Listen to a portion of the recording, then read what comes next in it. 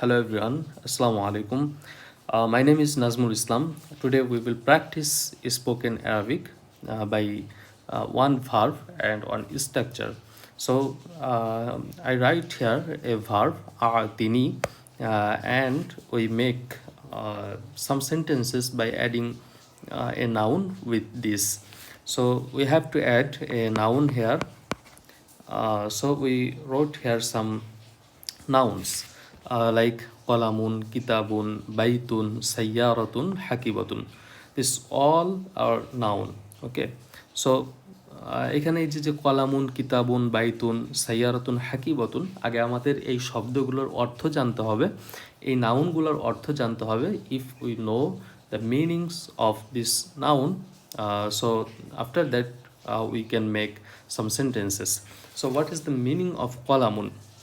আচ্ছা, এই যে কলামুন এইগুলা হচ্ছে এসএম, আরবিতে এগুলাকে বলা হয় এসএম, হ্যাঁ, আর ইংলিশে বলা হয় নাউন। ঠিক আছে, তো কলামুন মানে হচ্ছে কলম বা পেন, আর ইংলিশে বলা হয় পেন। কিতাবুন দ্যাটস মিন বুক, বা বাংলায় বললে এটাকে বই বলা হয়। আর বাইতুন শব্দের অর্থ হচ্ছে ঘর, বা ইংলিশে বলা হয় হাউস। ঠিক আছে, আর সাইয়ারতুন শব্দের অর্থ হচ্ছে কার বা গাড়ি। হ্যাঁ, হাকিবাতুন শব্দের অর্থ হচ্ছে ব্যাগ। ঠিক আছে, তো এখন এই যে সেন্টেন্সগুলো আমরা শিখলাম, এই অর্থগুলো শিখে এখন আমরা এটাকে কোথায় ব্যবহার করব? তো এটার জন্য আমরা এই যে একটা স্ট্রাকচার ব্যবহার করতে পারি। এটাকে ইংলিশে বলা হয় আতিনি। এটার ইংলিশ হচ্ছে গিভ। হ্যাঁ, আতি শব্দের অর্থ হচ্ছে গিভ বা দাও, আর নি হচ্ছে মি। মি অর্থাৎ গিভ মি, আমাকে দাও। হ্যাঁ, গিভ মি। ওকে, এটা হচ্ছে এটার মূল অর্থ। তো ইংলিশে এটা হচ্ছে ভার্ব, বা আরবিতে বললে এটাকে ফেল বলা হয়। হ্যাঁ, ফেল কাকে বলে, অর্থাৎ কোনো কাজ, বা ভার্ব কাকে বলে আমরা জানি, কোনো কাজ। তো আওতি দেওয়া, গিভ, এটা একটা কাজ, তো এটাকে বলা হয় হচ্ছে ফেল। তো আমাকে দাও, এবার এইটার সাথে আমরা একটা নাউন লাগাই দিব যে আসলে আমাকে কি দিবে। ঠিক আছে, আমরা যখন কোনো কারোর কাছ থেকে কোনো কিছু চাই, তখন আমাকে বলতে হয় যে আমাকে এই জিনিসটা দাও। হ্যাঁ, সো এই জন্য আমরা এটার সাথে একটা এসএম লাগাই দিব। তো তিনি কলামান, এই যে আমরা এটার সাথে এই এসএমটা লাগাই দিলাম, তিনি কলামান, আমাকে কলম দাও। ওকে, সো তিনি কলামান, আমার সাথে এটা প্র্যাকটিস করতে হবে, যেহেতু আমরা মানে স্পোকেন শিখতেছি, এই জন্য শুধুমাত্র দেখলে হবে না, বরং বারবার বলার প্র্যাকটিস করতে হবে। সো তিনি তিনি তিনি কলামান, তিনি কলামান, আমাকে কলম দাও। তিনি কলামান, আমাকে কলম দাও। ঠিক আছে, পরেরটা আমরা যাই। তারপরে হচ্ছে কিতাবুন। আচ্ছা, কিতাবুন মানে হচ্ছে বই। তাহলে আমি যদি কারো কাছ থেকে বই চাই, তাহলে আমাকে বলতে হবে তিনি কিতাবান, আমাকে বই দাও। তিনি কিতাবান, আমাকে বই দাও। তাহলে এই শব্দটা আমাদের মুখস্থ করে ফেলতে হবে। এই যে এটা হচ্ছে কি তিনি। ঠিক আছে, তিনি কিতাবান, আমাকে বই দাও। নেক্সট হচ্ছে বাইতুন, মানে হচ্ছে ঘর। তাহলে আমরা কি বলবো? তিনি বাইতান, বাইতান। ওকে, তিনি বাইতান, আমাকে ঘর দাও। তিনি বাইতান, আমাকে ঘর দাও। তিনি বাইতান, আমাকে ঘর দাও। তারপরে হচ্ছে তিনি সাইয়ারতান। আচ্ছা, সাইয়ারতান। তো সাইয়ারতুন মানে কি? সাইয়ারতুন মানে হচ্ছে গাড়ি। তো আমি যদি গাড়ি চাই কারো কাছ থেকে, তাহলে বলতে হবে তিনি সাইয়ারতান, আমাকে গাড়ি দাও। এবং সর্বশেষ আছে হাকিবাতুন। হাকিবাতুন মানে হচ্ছে ব্যাগ। তুমি হয়তো স্কুলে যাবা, ওকে, কিংবা অফিসে যাবা, তো তখন তোমার ব্যাগ চাইতে হবে কারো কাছে, তখন বলতে হবে তিনি হাকিবাতান, হাকিবাতান, আমাকে ব্যাগ দাও। আচ্ছা, এখন একটা জিনিস বলি, সেটি হচ্ছে এখানে আমরা এই জবর ব্যবহার করতেছি কেন? কলামান, কিতাবান, বাইতান, মানে এখানে যে কলামুন, কিতাবুন, বুন না বলে আমরা কেন বান বলতেছি? তো আমরা যারা বেসিক আরবির গ্রামার জানি মোটামুটি, তারা হচ্ছে এটা কি, এটা হচ্ছে মাফউল। ঠিক আছে, মাফউল, বা ইংলিশে বললে অবজেক্ট।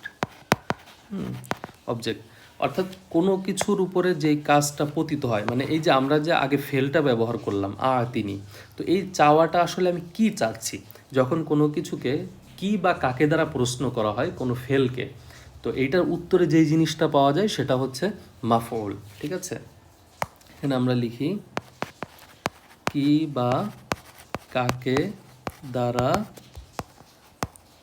প্রশ্ন করলে যে উত্তর পাওয়া যায় তাকে কি বলে, মাফউল বলে। ঠিক আছে, তাহলে তিনি আমাকে দাও, এখন আমি কোশ্চেন করি তাহলে কি দিব বা কি দিবে। হ্যাঁ, এই কোশ্চেন করলে আমার একটা উত্তর লাগতেছে, সেই উত্তরটা কি হাকিবাতুন অর্থাৎ ব্যাগ।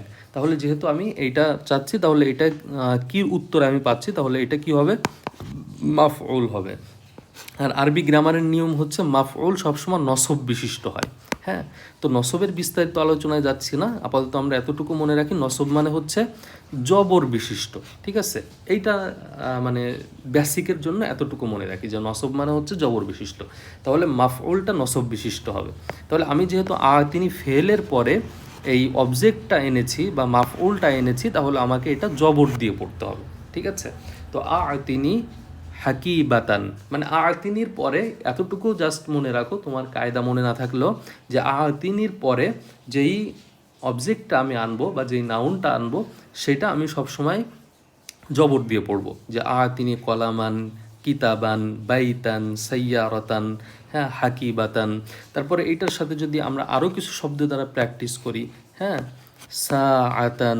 সাআতান মানে কি, সাআতুন মানে হচ্ছে ঘড়ি। ঠিক আছে, এই যে আমরা সময় দেখার জন্য যে ঘড়িটা দেখি সাআতান, সেটাকে সাআতুন বলে। তাহলে তিনি সাআতান, আমাকে ঘড়িটা দাও। ওকে, তারপরে আমরা যদি চাবি প্রয়োজন হয় ঘরের, তাহলে আমরা কি বলতে পারি, তিনি মিফতাহান। ওকে, তিনি মিফতাহান, আমাকে চাবিটা দাও। তাহলে এই যে আমরা যে শব্দগুলো আজকে জানলাম, এই নাউনের এই অর্থগুলো আমরা মুখস্থ করব। ঠিক আছে, এবং পাশাপাশি এখন হচ্ছে যে আমি যদি বলতে চাই আমার চাবিটা দাও, আগে তো কি শিখলাম যে চাবিটা দাও, ওকে, কিংবা কলমটা দাও, বইটা দাও। এখন আমি যদি বলতে চাই যে আমার বইটা দাও, আমার কলমটা দাও, কিংবা আমার গাড়িটা দাও, আমার ব্যাগটা দাও, তাহলে আমরা কিভাবে বলবো?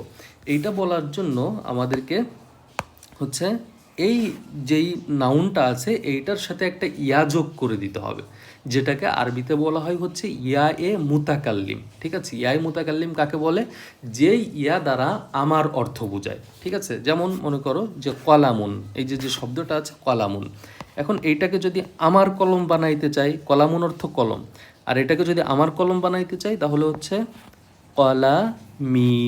ঠিক আছে, এই যে কলামি, মিমের পরে একটা ইয়া যোগ করে দিছি, এই ইয়াটাকে বলা হয় ইয়ায়ে মুতাকাল্লিম। ঠিক আছে, এটা আমার অর্থ দেয়। তাহলে এখানে এখন অর্থ কি হবে, আমার কলম। ওকে, ঠিক একইভাবে আমরা এই যে যে কিতাব, বই আছে, তাহলে এটাকে আমরা কিভাবে বানাবো, দেখো, কিতাবি। ঠিক আছে, আমার বই, আমার বই। ওকে, এইভাবে আমরা প্রতিটার শেষে ইয়া যোগ করে দিব।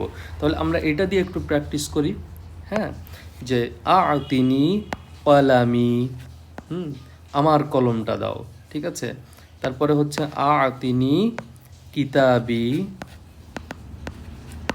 আমার বইটা দাও।